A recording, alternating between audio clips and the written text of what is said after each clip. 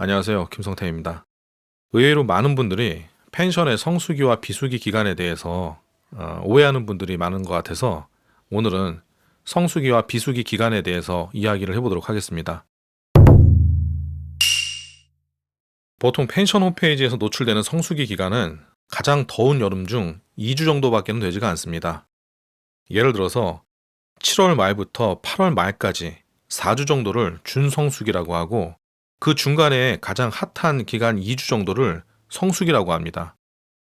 실제로 영업을 잘하는 펜션의 경우 적어도 2주 정도는 만실을 채웁니다. 이때 꽤 많은 매출을 올리기 때문에 광고에도 굉장히 많은 신경을 써야 됩니다. 여름 성수기 기간에 1년 매출의 50% 정도를 만들 수 있기 때문입니다. 그리고 펜션 운영의 고수들은 여름 시즌 동안 만실 기간을 일반 펜션들보다 2배 이상으로 늘리는 경우가 종종 있습니다. 이 기간에만 억 단위 이상의 수익을 내는 겁니다.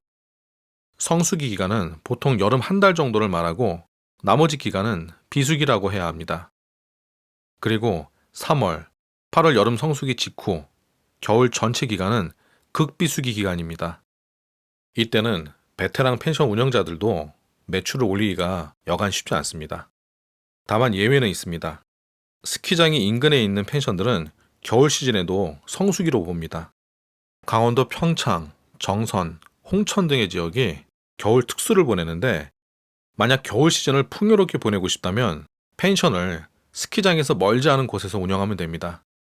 그리고 스키장이 아니더라도 겨울철 이용이 가능한 풀빌라나 대형 스파를 갖춘 펜션들이라면 겨울철 또는 비수기 예약을 늘릴 수도 있습니다. 반면에 겨울철 여행 인프라가 잘 발달하지 않은 지역이나 강원도 산골 등의 지역은 한산하기 그지없습니다. 물론 이런 지역은 상대적으로 여름철에는 매우 매출이 높습니다.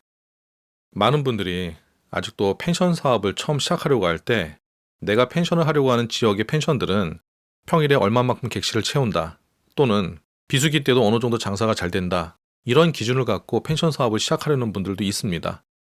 그런데 제가 이전 영상에서도 소개를 했었지만 비수기 평일을 채우는 거는 어찌 보면 굉장히 특수한 사항이라고 볼 수가 있습니다. 펜션 운영자의 능력이 굉장히 뛰어나든지 펜션 시설이 굉장히 뛰어나야지 비수기나 평일을 채울 수가 있는 겁니다. 하지만 대부분 초보자들은 이러한 특수한 사항을 기준으로 해서 펜션 사업을 할지 말지가 결정되면 안 됩니다. 그렇다면 해당 지역에서 펜션 사업을 할지 말지를 결정할 때 어떤 부분을 봐야 될까요? 앞서 설명했지만 바로 여름 성수기입니다. 내가 앞으로 만들려고 하는 펜션과 가장 비슷한 펜션이 그 지역 내에서 여름 성수기 한철 어느 정도의 매출을 만들어내는지를 파악하는 것이 펜션 사업을 할지 말지를 결정하는 가장 큰 기준이 돼야 됩니다. 확실한 근거를 갖고 펜션 사업의 사업 계획을 짜야 합니다. 오늘 이야기 여기서 마치겠습니다. 감사합니다.